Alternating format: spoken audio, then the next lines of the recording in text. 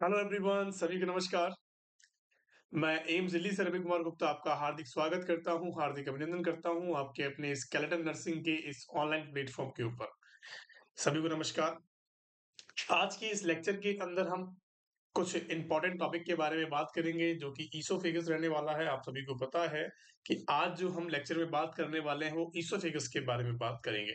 ठीक है, ईसोफेगस क्या है, यहाँ से कैसे क्वेश्चंस बनते हैं, कितनी इसकी लंबाई होती है, ठीक है, कौन कौन सी इसके अंदर लेयर्स पाई जाती हैं, क्या काम होता है, कौन कौन से इंस्पेक्टर्स होते हैं, उसके बारे में मैं आपको बताने वाला हूँ।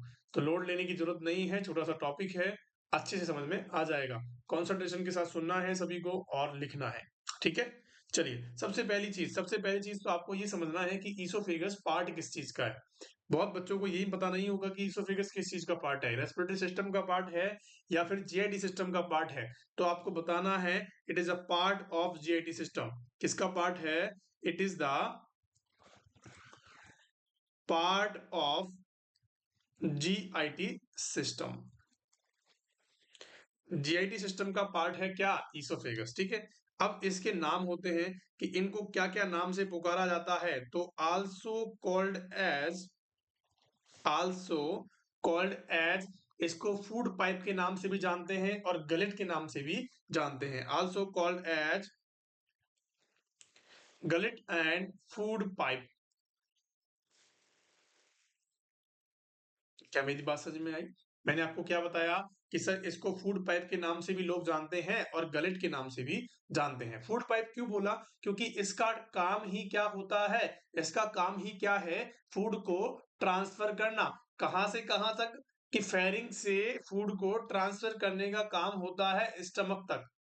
आगे बात समझ में कि भैया इसने फेरिंग से फूड लिया और स्टमक को दे दिया, इतना सा काम होता है, मतलब कनेक्शन का काम करता है। क्या काम करता है? अगर मैं इसके अगर मैं इसके काम की बात करूं तो ये सिर्फ क्या काम करता है? Transfer the food from pharynx to stomach.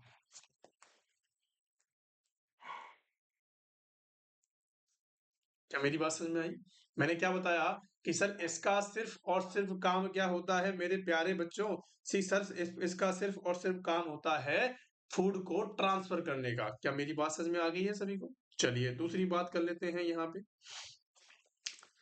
इसका जो लंबाई होती है, इसकी लेंथ कितनी होती है? क्वेश्चन काफी बार पूछा गया है। लेंथ को ध्यान रखना है बच्चों। इसकी लेंथ कितनी होती है? तो लेंथ होती है 25 सेंटीमीटर।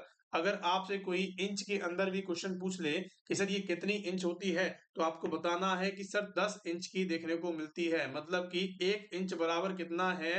1 इंच बराबर कितना होता है? 2.5 सेंटीमीटर होता है। 1 इंच बराबर कितना सेंटीमीटर होता है? 2.5 सेंटीमीटर होता है। इसीलिए क्या हुआ कि सर हमारी जो लंबाई है वो 10 इंच होगी या फिर 25 सेंटीमीटर होगी। आगे बात समझ में। बहुत लोगों का सवाल होता है कि सर 25 सेंटीमीटर और किस किस की लेंथ होती है। तो मैं आपको बता देता हूं कि स्टमक की लेंथ भी कितनी होती है। हम अगला जो टॉपिक पढ़ेंगे वो स्टमक के बारे में पढ़ेंगे। स्टमक की लेंथ भी 25 सेंटीमीटर की होती है। और आपसे अगर डियोडिनम की कोई लेंथ के बारे में बात करें, अगर आपसे कोई डियोडिनम की लेंथ के बारे में बात करें तो वो भी कितनी सेंटीमीटर की होती है? 25 सेंटीमीटर की होती है। क्या मेरी बात यहाँ तक समझ में आ गई है? घबराने की जरूरत नहीं है, बहुत ईजी है। ठीक है, चलिए। आपने लेंथ के बारे में देखा, आपने किसके बारे में देखा? इसके काम के बारे में देखा और इसके दूसरे नामों के बारे में आपने जान लिया। ठीक है, अब इसके लेवल की बात करते हैं कि ये कहां से कहां तक प्रेजेंट होती है। ठीक है, तो लेवल की बात करते हैं। ये लेवल की बात करते हैं, कहां से स्टार्ट होती है? तो start from C6 level, C6 level to T11 level तक क्या होती है? प्रेजेंट होती है। C6 लेवल से T11 लेवल तक ये प्रेजेंट होती है। आगे बात समझ में। मैं इसका एक खूबसूरत सा डायग्राम बनाऊंगा आपके लिए, जिससे आपको सारी की सारी चीजें क्लियर हो जाए। आगे बात समझ में। चलिए पहले डायग्राम देख लेते हैं, पहले एक दो चीज और देख लेते हैं। It is the collapsible pipe क्या है बच्चों? ये कोलैप्सिबल पाइप है। It is a collapsible pipe of JIT system. Oesophagus जो है वो एक कोलैप्सिबल पार्ट है या कोलैप्सिबल पाइप होता है, एक पाइप की तरह काम करता है और जीआईटी सिस्टम का पार्ट है। आगे बात समझ में? चलिए, और अब भैया इसके बारे में मैं आपको बताता हूँ इसका डायग्राम बना के, ठीक है? आपको ध्यान देना है, इसके डायग्राम पे ध्यान देना है कि इसका डायग्राम कैसे आपको समझना है, देखेंगे।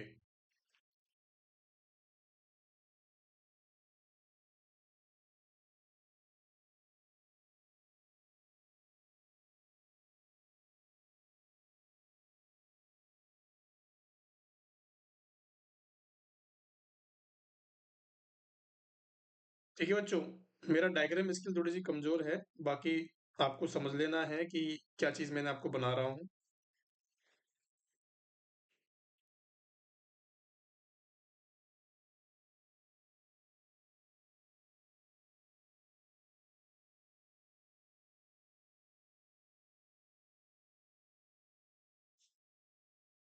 हम्म, ये क्या है बच्चों? ये अगर मैं इसकी बात करूं तो ये हमारा ह्यूमन बॉडी का स्ट्रक्चर है। Human body in the sense कि ये ईसोफेगस का एक स्ट्रक्चर है। देखो इसको क्या है, ये पार्ट है स्टमक वाला,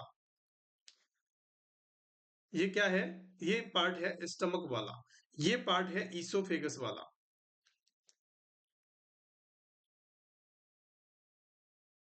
ये क्या पार्ट है बच्चों? ये है ईसोफेगस एंड नीचे वाला पार्ट है स्टमक। ठीक है, समझना है, इसके ऊपर जाना नहीं है, ठीक है? और ये ऊपर जो ऊपर वाला जो पार्ट है ये है हमारा फेरिंग्स। समझो ध्यान से, इसके ऊपर वाला जो पार्ट है ये हमारा कौन सा है? ये फेरिंग्स है। नीचे वाला बीच वाला जो पार्ट है वो ईसोफेगस है और नीचे जो पार्ट दिया गया है वो है स्टमक। देखो,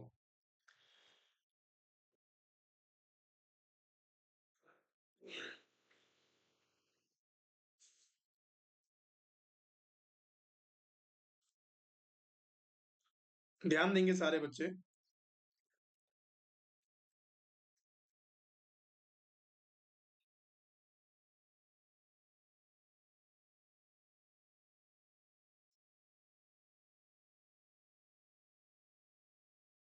और ये हमारा है डायफ्राम। क्या है बच्चों? ये हमारा है डायफ्राम।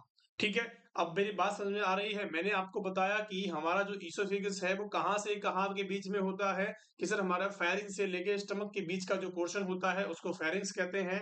फेरिंग सॉरी, ईसोफेगस कहते हैं। ईसोफेगस हमारे 25 सेंटीमीटर का पार्ट होता है या 10 इंचेस का पार्ट होता है। और क्या काम करता है? जैसे फूड आया तो फूड को ट्रांसफर करने का काम करता है, कहाँ तक? स्टमक तक। ठीक है, आगे बात समझ में यहाँ तक की। अब इसके लेवल की बात कर लेते हैं। ये जो लेवल है बच्चों, ये जो आपको अपना लेवल दिख रहा है, ये जो आपको लेवल दिख रहा है ये तो C6 लेवल है। ये वाला कौन सा लेवल है? ये C6 लेवल है। और ये T11 लेवल है। ये कौन सा लेवल है?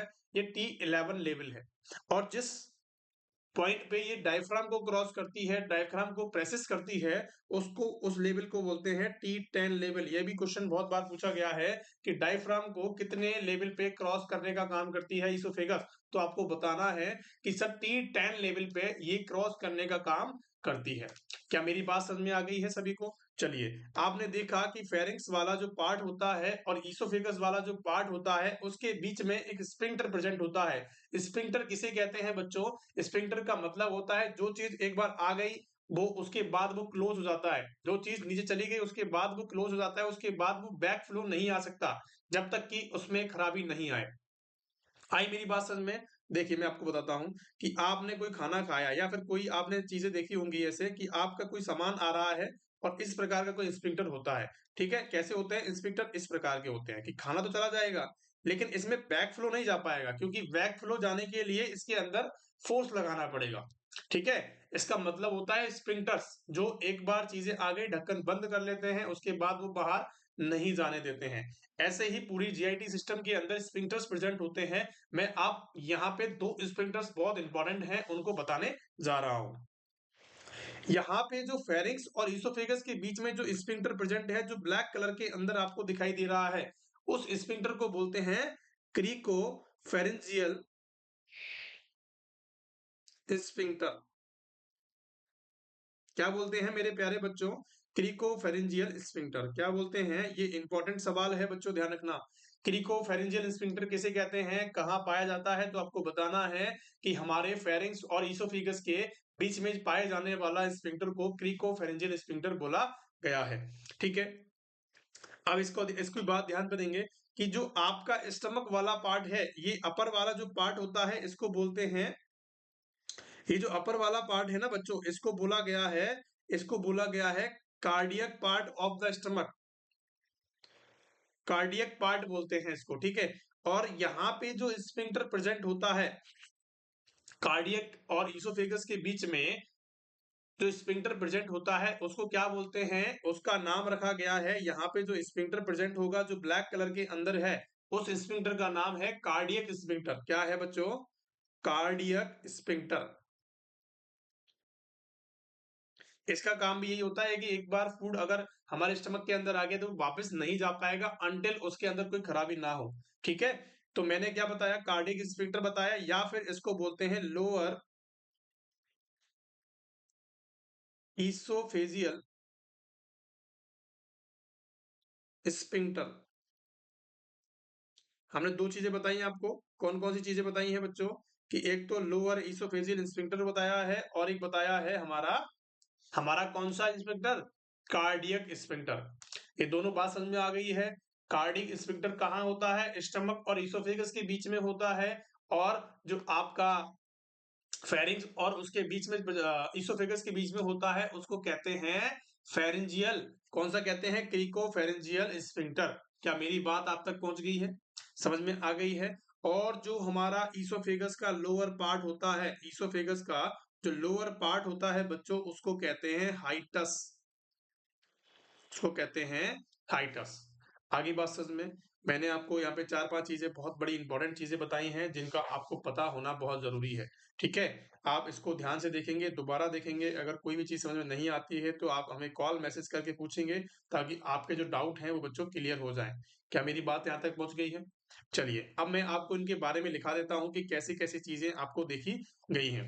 तो देखो, सबसे पहले मैं आपको लिखाता हूँ कार्डियक स्फिंक्टर के बारे में। सबसे पहले मैं आपको लिखाता हूं, पहला पॉइंट लिखेंगे क्रिकोफेरेंजियल स्फिंक्टर। क्रिकोफेरेंजियल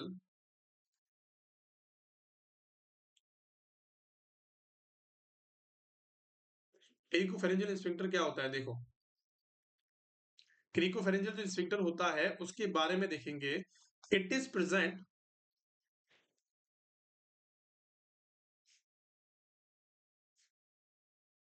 बिटवीन, कहां प्रेजेंट होता है? इट इज प्रेजेंट बिटवीन हमारी pharynx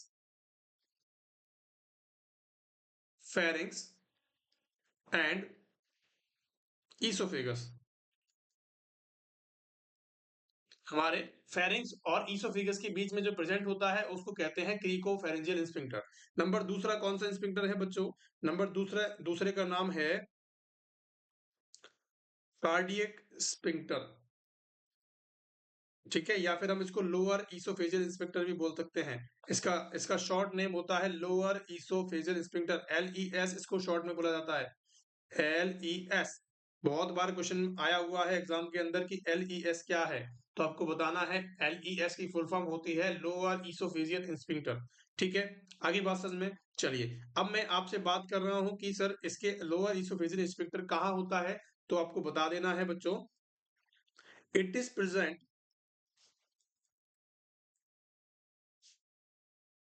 it is present between, कहां होता है? It is present between the oesophagus and cardiac part of the stomach. Oesophagus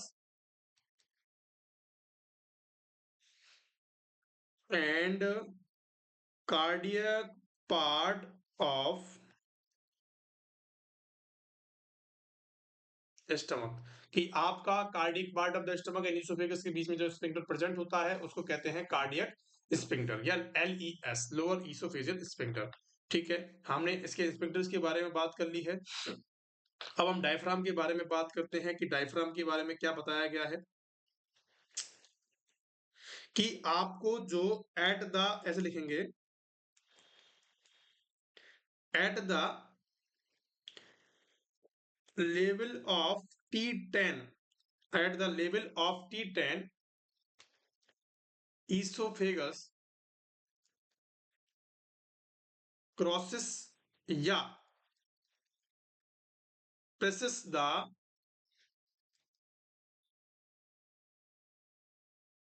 diaphragm. देखा आपने कि at the level of T10, मतलब जैसे मैंने आपको बताया कि T10 के लेवल पे ये क्या करता है, डायफ्राम को क्रॉस करता है। ये भी क्वेश्चन एग्जाम के अंदर पूछा गया है, इसीलिए मैंने आपको लिखा दिया है। ठीक है, और देखेंगे lower part of the oesophagus is called, क्या कहेंगे उसको, उसको कहेंगे हाइटस। कौन सा पार्ट कहेंगे मेरे प्यारे लाल लालियों, कौन सा पार्ट कहा हमने, कि हमने उसको हाइटस वाला पार्ट कहा। अब हाइटस वाला पार्ट जो होता है, हाइटस वाला पार्ट क्या करता है, यही सबसे ज्यादा इफेक्टेड होता है कौन सी कंडीशन के अंदर, जीईआरडी कंडीशन के अंदर। जीईआरडी का नाम सुना है आपने, जीईआरडी का मतलब होता है गैस्ट्रो इसोफेजियल रिफ्लक्स डिसऑर्डर। उसके उस पे ऊपर मैंने पूरी क्लास ले रखी है, आप जाके देख सकते हैं, यूट्यूब चैनल पे पड़ी हुई है। अब आपने इस चीज को ये देखना है कि जो हाइटस वाला पार्ट होता है, इसके अंदर क्या पड़ जाते हैं, छाले पड़ जाते हैं। जैसे ही बार बार जीआईडी होता है, बार बार जीईआरडी होता है, तो यहाँ पे छाले आपको देखने को मिलते हैं, इसके अंदर घाव देखने को मिलते हैं। उसको बोलते हैं बैरेट्स ईसोफेगस।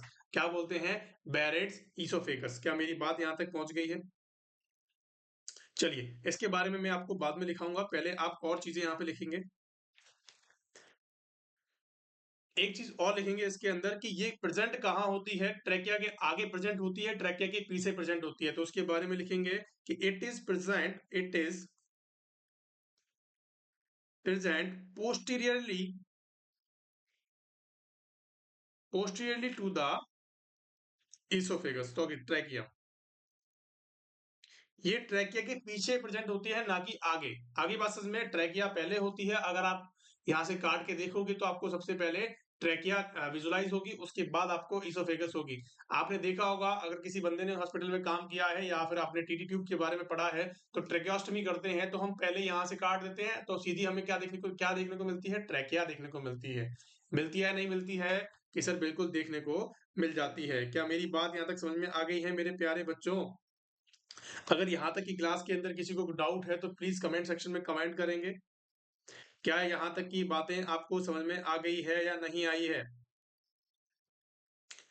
आ गई है। चलिए अगले पार्ट की तरफ चलते हैं। अगला पार्ट क्या कहता है, मैंने आपको यहाँ पे मैंने आपको जीईआरडी के बारे में बताया था। जीईआरडी आप सभी को पता है, गैस्ट्रो इसोफेजियल रिफ्लक्स डिसऑर्डर है।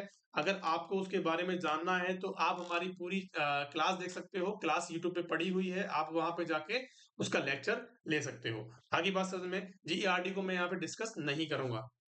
चलिए, और सर इसके अंदर हाइटल हर्निया की बात होती है। हाइटल हर्निया का मतलब क्या होता है, हाइटल हाइटल हर्निया क्या होता है कि जो हाइटस वाला पार्ट है, हर्निया का मतलब होता है कि अपनी जगह से, जैसे मैं, अगर ये पेन की जगह यहाँ पे है, अगर ये पेन उठ के यहाँ आ जाए, तो इसका मतलब क्या है, इसका मतलब क्या है, हर्निया। अगर मैं कहूं कि सर हमारे, अगर ये हाइटस वाला जो पार्ट होता है वो लोअर इसोफेगस के अंदर प्रेजेंट होता है, अगर वही पार्ट स्टमक के अंदर प्रोलैप्स हो जाए, अगर वही पार्ट स्टमक के अंदर आ जाए, तो उसको बोलते हैं हाइटल हर्निया। मतलब कि अपनी जगह से दूसरी जगह पे चले जाने को, एक ऑर्गन को दूसरी जगह पे चले जाने को क्या कहते हैं, हर्निया कहते हैं। तो यहाँ पे लिखेंगे protrusion of the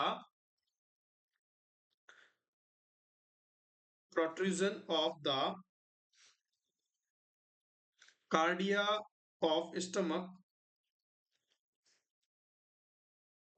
cardia of the stomach into the thoracic cavity। कि भैया जो कार्डियक पार्ट होता है स्टमक का, अगर वो थोरेसिक कैविटी के अंदर चला जाता है तो उसको बोलते हैं हाइटल हर्निया, उसको बोलते हैं हाइटल हर्निया। मैंने क्या बताया आपको कि सर हमें, आपने बताया कौन सी चीज बताई कि सर आपने बताया कि एक जगह से एक ऑर्गन का एक जगह से अपनी जगह से दूसरी जगह पे चले जाना क्या कहलाता है? हर्निया कहलाता है। तो यहाँ पे cardiac part of the stomach कहाँ जा रहा है? अपनी जगह से हट के थोरेसिक कैविटी के अंदर जा रहा है, इसीलिए उसको क्या बोला है? हाइटल हर्निया बोल दिया है। चलिए हम बात कर लेते हैं लेयर्स कौन कौन सी होती हैं, या फिर हम लेयर्स की बात करते हैं ईसोफेगस के अंदर। ईसोफेगस की कौन कौन सी लेयर्स होती हैं उसके बारे में बात करते हैं। टोटल 4 लेयर्स होती हैं। सबसे पहली होती है म्यूकोसा, म्यूकोजल लेयर होती है। दूसरी बात करें सब म्यूकोजल होती है। तीसरी बात करें मस्कुलार होती है। और चौथी बात करें फाइब्रोसा होती है। कौन कौन सी होती है? पहली होती है म्यूकोजल लेयर होती है, उसके बाद सब म्यूकोजा होती है, उसके बाद मसल्स होती हैं, उसके बाद फाइब्रोसा लेयर होती है। क्या मेरी बात आपके पास समझ में आ गई है? चलिए अब इसके हम क्या बात कर लेते हैं कि सर इसके अंदर मसल्स की बात कर लेते हैं कि इसके अंदर कौन कौन सी मसल्स पाई जाती हैं। तो मसल्स की बात सिंपल सी बात ये है कि इसके अगर हम 3 पार्ट करके देखें, अगर मैं ईसोफेगस के 3 पार्ट करके देखता हूं, 3 पार्ट इन द सेंस देखिए जरी, अगर मैंने ईसोफेगस के 3 पार्ट कर दिए हैं like 1 third 1 second and third, ठीक है, फर्स्ट सेकेंड एंड थर्ड मैंने इसके 3 पार्ट कर दिए हैं। अगर मैं तीनों पार्ट के अंदर देखता हूं तो ये हमारा 1/3 पार्ट है, ये भी हमारा 1/3 पार्ट है, और ये भी हमारा 1/3 पार्ट है। ये हमारा अपर है, 1/3 अपर है, लोअर सॉरी मिडिल 1/3 है, और लोअर 1/3 है। ठीक है, आई बात समझ में? अपर मिडिल एंड लोअर तीनों पार्ट हमने दिखा दिए हैं। अब जो आपके जो अपर 1/3 वाले पार्ट हैं, जो आपके जो अपर 1/3 और मिडिल 1/3 जो हैं, उनके अंदर कौन सी मसल्स पाई जाती हैं? कि भैया स्केलेटन मसल पाई जाती है। कौन सी पाई जाती है? स्केलेटन मसल्स पाई जाती है। कहाँ पे? अपर 1/3 और मिडिल 1/3 के अंदर। अगर मैं लोअर 1/3 की बात करूं तो यहाँ पे स्मूथ मसल्स पाई जाती हैं बच्चों, स्मूथ। यहाँ पे कौन सी मसल पाई जाती है? स्मूथ मसल पाई जाती है। कौन सी मसल पाई जाती है मेरे प्यारे बच्चों? कि यहाँ पे स्मूथ मसल पाई जाती है। क्या मेरी बात आप तक पहुंच गई है, समझ में आ गई है बच्चों? किसी भी प्रकार का कोई डाउट यहाँ तक की क्लास के अंदर आपको? अगर किसी भी प्रकार का कोई डाउट रहता है तो आप हमें हमेशा कांटेक्ट कर सकते हैं, आपके डाउट को क्लियर कर दिया जाएगा। आप कमेंट बॉक्स में कमेंट्स छोड़ सकते हैं, आप हमारे सपोर्टिव नंबर्स पे कॉल कर सकते हैं। किसी प्रकार को घबराने की कोई जरूरत नहीं है। क्या मेरी बात समझ में आ गई है? अब मैं इसके अंदर एपिथेलियल की बात करता हूं कि एपिथेलियम कौन सी मिलके बनी होती है।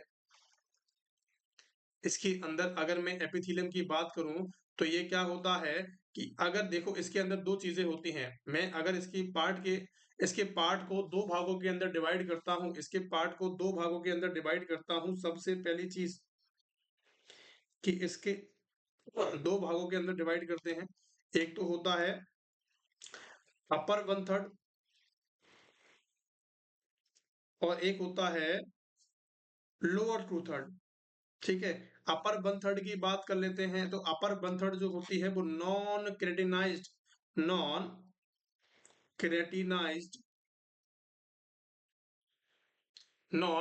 क्रेटिनाइज्ड किससे बनी होती है? नॉन क्रेटिनाइज्ड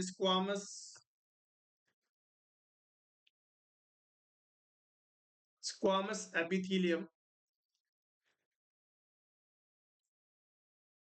एपिथेलियम लेयर से मिलके बनी होती है। कैसी होती है? जो अपर 1/3 होती है वो कैसे मिलके बनी होती है? Non keratinized squamous epithelial layer से मिलके बनी हुई होती है। आगे बात समझ में? दूसरी बात कर लेते हैं, जो लोअर थर्ड होती है, लोअर जो 2/3 होती है, जो आज जब सबसे ज्यादा हिस्सा जो होता है वो किससे बना हुआ आता है? कि made by non ciliated simple columnar epithelial layer. Epithelial tissues की कह सकते हैं, एपिथेलियल सेल से मिलकर बनी होती है। क्या मेरी बात समझ में आ गई है? मैंने आपको क्या बताया कि लोअर 2/3 जो पार्ट है वो नॉन सीलेटेड से बनी हुई होती है, उसके अंदर सीलियास नहीं पाए जाते हैं। क्या यहाँ तक की बातें समझ में आई या नहीं आई? चलिए अगले पॉइंट के बारे में बात कर लेता हूँ। यहाँ से मैंने आपको बताया कि बैरेट्स ईसोफेगस या वेरेंट ईसोफेगस क्या होता है, उसके बारे में दिखा देता हूँ।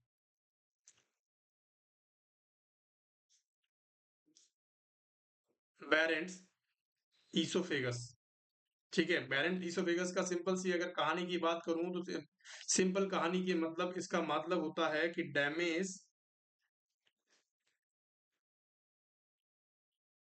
डैमेज इंजुरी ऑफ या डैमेज या injury of lower oesophageal part, या फिर आप अल्सर भी लिख सकते हो। क्यों होता है बैरेट ईसोफेगस, इंजुरी क्यों होगी उसके अंदर? तो ड्यू टू जीआईटी कंटेंट, क्योंकि जीआईटी कंटेंट कैसा होता है, एसिडिक इन नेचर का होता है, एसिडिक इन नेचर का होता है। क्योंकि जब भी किसी पेशेंट को क्या होता है, जब भी किसी पेशेंट को क्या होता है, जीईआरडी की प्रॉब्लम होती है, जब भी किसी पेशेंट को जीईआरडी की प्रॉब्लम होती है, तो जीईआरडी में क्या होता है कि गैस्ट्रो इंटेस्टाइनल मतलब गैस्ट्रिक का कंटेंट बाहर निकल के आता है उल्टी के रूप में, बैक फ्लो आता है, और उसके अंदर क्या होता है, एसिड होता है। और वो बार बार ऐसा होने से क्या होगा, हमारे जो ईसोफेगस है, जो हाइटस वाला पार्ट है, वो क्या हो जाएगा, डैमेज हो जाएगा। उस किसकी वजह से, एसिड की वजह से छाले पड़ जाएंगे। तो उस कंडीशन को हमने बोल दिया है वेरेंट्स ईसोफेगस। क्या मेरी बात यहाँ तक की समझ में आ गई है प्यारे बच्चों? और जो जीईआरडी की कंडीशन होती है वो क्यों होती है, जीईआरडी की जो कंडीशन होती है वो क्यों देखी गई है, क्या देखी गई है? क्योंकि हमारा, अगर मैं आपसे बात करूं तो सिंपल सी बात कर सकते हैं, इनसफिशियंट वर्किंग, या फिर आप कह सकते हो कि poor working, poor working of LES, मतलब कि वो अपना काम जो है वो ठीक से नहीं कर रहा है, या फिर वो खराब हो चुका है, या फिर वो खराब हो चुका है। जो हमारा लोअर ईसोफेजियल स्फिंक्टर है, या तो वो खराब हो गया है, और या फिर वो सही तरीके से काम नहीं कर रहा है। क्या मेरी बात यहाँ तक की समझ में आ गई है? मैंने आपको बताया ईसोफेगस के बारे में कि ईसोफेगस क्या है, उसके बारे में डायग्राम के बारे में बताया, बहुत सारी चीजें मैंने आपको क्लियर कर दी हैं। यहाँ से ईसोफेगस के कोई भी क्वेश्चन नहीं बनते हैं, किसी प्रकार का कोई और इसके अंदर कोई झमेला नहीं है। अगर आपसे पूछा जाएगा तो इतना ही पूछा जाएगा। Thank you so much for being there.